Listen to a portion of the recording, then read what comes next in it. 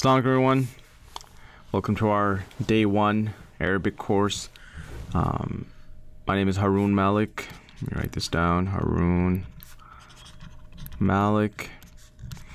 And this course will basically be a very basic grammar course. Now, why is grammar important? And I'll be honest, before I even took the course myself, I didn't even know what grammar meant. So it'll be important for a lot of us to just get some basic terminology out of the way. What are the course expectations and what we will get by learning this Arabic grammar. Now, first of all, when we talk about Arabic, right, which Arabic are we talking about? So in the Arabic world, you have people in different countries. They all speak Arabic, but it's all different dialects. There's one default dialect that everybody agreed upon. Okay, so I'm just going through how the Arabic language is structured, right? So Arabic, I would just categorize it into two. One is the official, okay? Official, this is something that you will be hearing in newspapers and political channels. Basically, that's the official dialect that all the Arab regions agreed upon, that this is our official language, right? And official dialect, and that is known as Fusha. Okay, and number 2 is all others. Okay, this is pretty much the street slang, or in different, Egyptian countries will have different dialects, and this is not what we're going to be learning. We're going to be learning the Fusha. Now, what does it mean by when we say grammar? Okay, so grammar is basically, so for example, in English, okay, let's take a quick English lesson before we get into Arabic, right? So we say that, let's say if we wanted to make something plural, okay, so we have man, all right, not man, let's say car, dog, right, and ship. And a grammar rule will be to make something plural, you say just add an S to it, cars, ships. Okay, simple as that. That's a grammar rule. Whatever it's called, I don't know. I just know it. To make something plural, you put S in there, right? Same thing with, let's say, past tense. We have talk, walk, right? What else is there? Is that the only verbs that we got? Talk, walk, sleep, right? And then we have go, okay? And to make talk present, just add an ed. Walk, you want to make that a past tense, add an ed, makes it walked. Sleep, you can't just add ed, you have to say slept for some reason. Go, you can't say goed, you have to say went, right? So these are just grammar rules that just we just know it, right? And I don't think we all went to a school, especially if we were born and raised in North American or European countries, an English-speaking country. We did not. Maybe we did, but for most part, we just knew these grammar rules because that's how we spoke, and we just learned these rules without going through a class. But the problem is, when you are about to learn another language, you're not gonna be born and raised in that language, and you're not gonna know these rules automatically. And once you start speaking to somebody, and they reply to you in that language that you're about to learn, you're not gonna understand what's going on until you learn basic grammar. How do you know if something is present tense? How do you know if something is past tense? How do you know if something is plural and singular and feminine, right? Things like that, or masculine. These are all grammar rules that are very important for a new. If somebody's about to learn a new language, he or she must learn these basic grammar rules. So in Arabic, we will divide all of our anything that we do in any word in Arabic. Any word in Arabic is divided into 3 different types of words: nouns, okay, verbs, and prepositions. Okay, noun, verbs, prepositions. When I say noun, what do I mean? It's basically names of places. And how about pronouns? He, she, they, we, all. These are pronouns. Things, okay, these are nouns. Verbs, anything that is kind of placed in time, okay, in time. and such as past tense, present tense, things like that.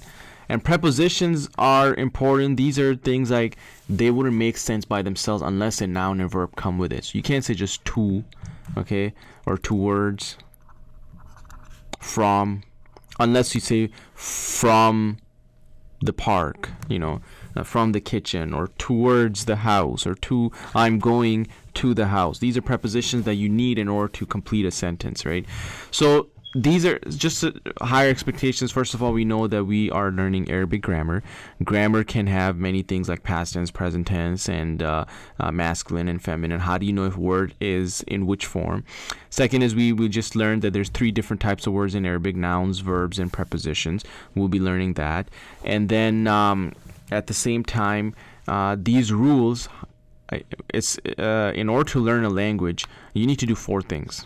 2, 3, 4. Anytime you're about to learn a new language, you need to do 4 things. You need to read it. You need to write that language. Okay, so it really sticks in your mind. Then you have to speak it. You have to speak it, right? You have to read, write, speak, and you have to listen to it. Listen to it. This is the way you'll be able to read, write, speak, listen a language. Now, our methodology over here is, so just a quick intro.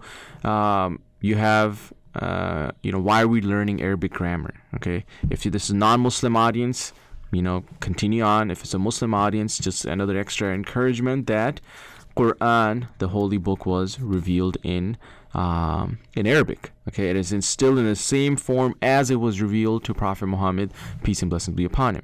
And this is the again, this is the dialect that we're calling the Fusha, or it's also known as MSA, Modern Standard Arabic. Okay, this is just for the most part, that is what you're going to be seeing, the type of grammar that you'll be learning in Modern Standard Arabic. That is what's actually in Quran, the type of grammar that you'll be learning. Now, so now Quran, it was revealed. Arabs, exactly, of course, as the verses are being revealed, they're understanding everything what's going on. But once Islam started spreading all over the world, and we know it's the fastest growing religion, and other people are finding out, now it's like, okay, well, how do we teach this language to other people? Because in order to really understand Quran, you need to know Arabic, right? So in even when you're learning Arabic, you have vocab. What is vocab? It is, knowing what, keyboard, right? Mouse, pen, right? These are vocabs, right? Walk, talk, right? Just knowing the meaning of different words, that's vocab. It will not be so much of priority in this course to be teaching you what these, because vocab you can spend all your life and you're always going to be learning new words.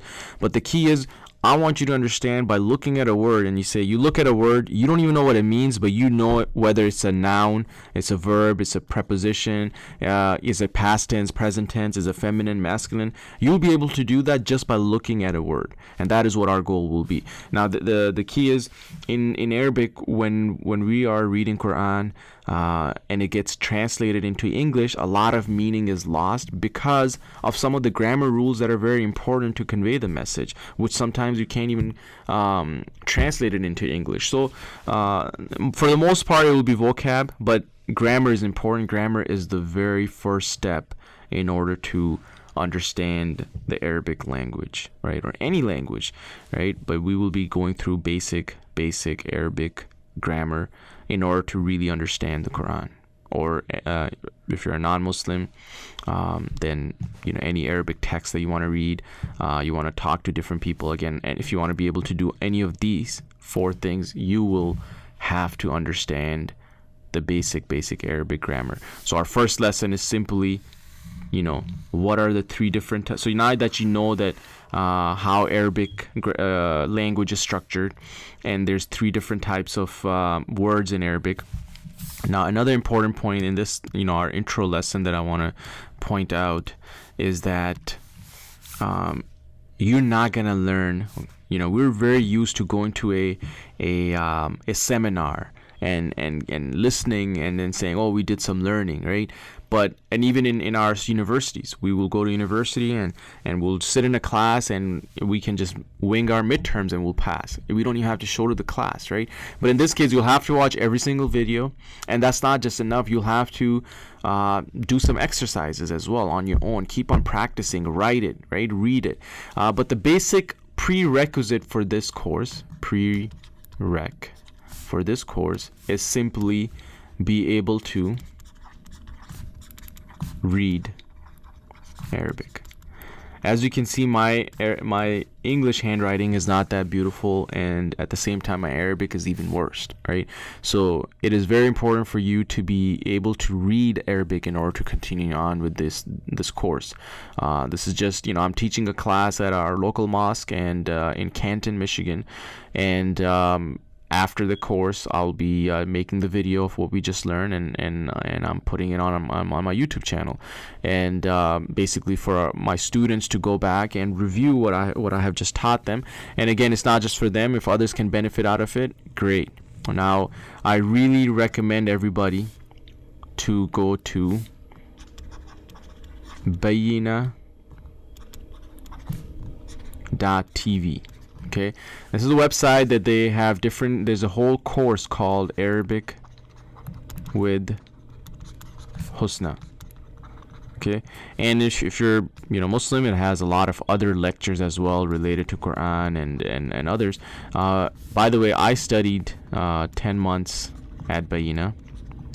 Right, again, these videos are not Bayina courses, and I really recommend you to go to bayina.tv. That is my roots. This is where I learned, and I learned under the teacher by the name of Numan Ali Khan. Of course, most of you already know him. Make sure that you check this out, and there's a small monthly subscription amount for it. So I would suggest a good plan would be make sure that you take all my courses that I have put up. These are free, and once you say, hey, you know what, I want to take it to another level, maybe do some more exercises, then go to bayina.tv, and it will have a little bit more of what I have taught, and of course some exercises that you can do. But for my case, it's just simply videos I will put up. If you're Muslim, go through the Quran and look at those examples that I've taught, and with that, you'll have a stronger understanding of Arabic grammar, at the same time our holy book Quran. Now, that is it for the day. Okay, for this lesson, basically the very high level intro to Arabic, what you will be covering in what we call Arabic grammar. Basically, you'll be able to tell masculine, feminine, count, right, number, plural, singular, dual. At the same time, pronouns, right, he, she, they. Then you'll be able to learn past tense, present tense. Okay, a lot, and you'll see that I don't have to go through everything, but these are the type of things that you'll be learning in what we called grammar. Okay, and the prerequisite is must be able to read Arabic, and for extra help, go to bayina.tv. But in the beginning, I don't think you will need to go here. Just check out my high level videos, and once you're done, really recommend you to check out bayina.tv. And with that, we'll end, and we'll see you in our next lesson.